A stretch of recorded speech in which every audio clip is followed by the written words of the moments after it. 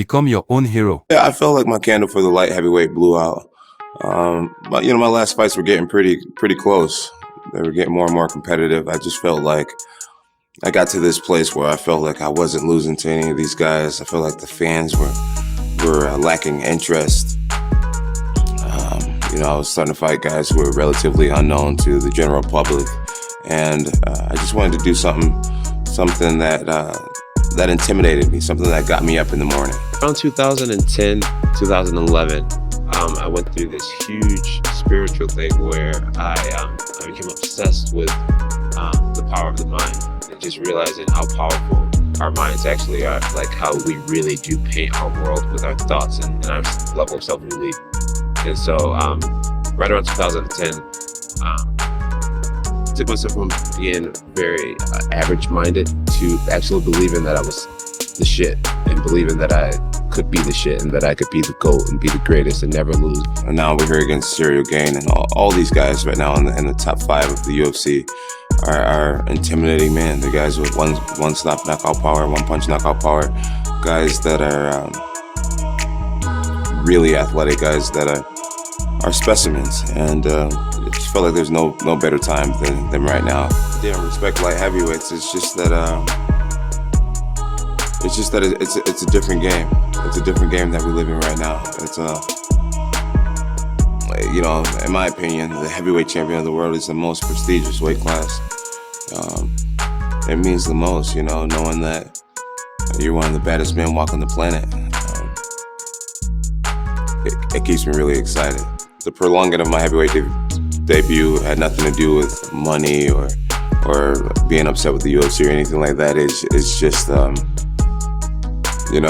just wanted to be at my best when I did come back. And,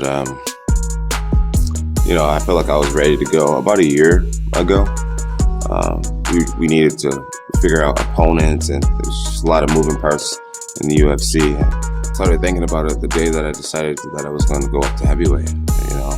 My goal for 3 years now is to become the heavyweight champion of the world. It's what I pray about, it's what I sleep on, it's what I dream about. It is who I am, and I will get it done.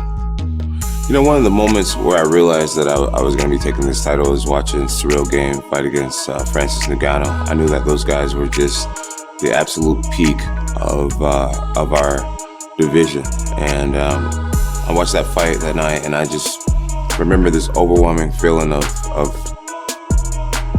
that it was for me, and that it was a very obtainable thing. But I just feel it in my whole being that I'm the best fighter on the planet, and now my job is just to prove it. Were there doubts of me returning the same fighter? No, I didn't have any doubts.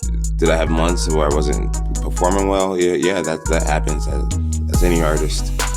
That pure hard work, man. There's nothing like PHW that just gets you through. It gets you through those dry spells and things like that. Fight IQ. I believe in my defense, my offense. I believe in my fight experience. I put that up against any fighter on this planet.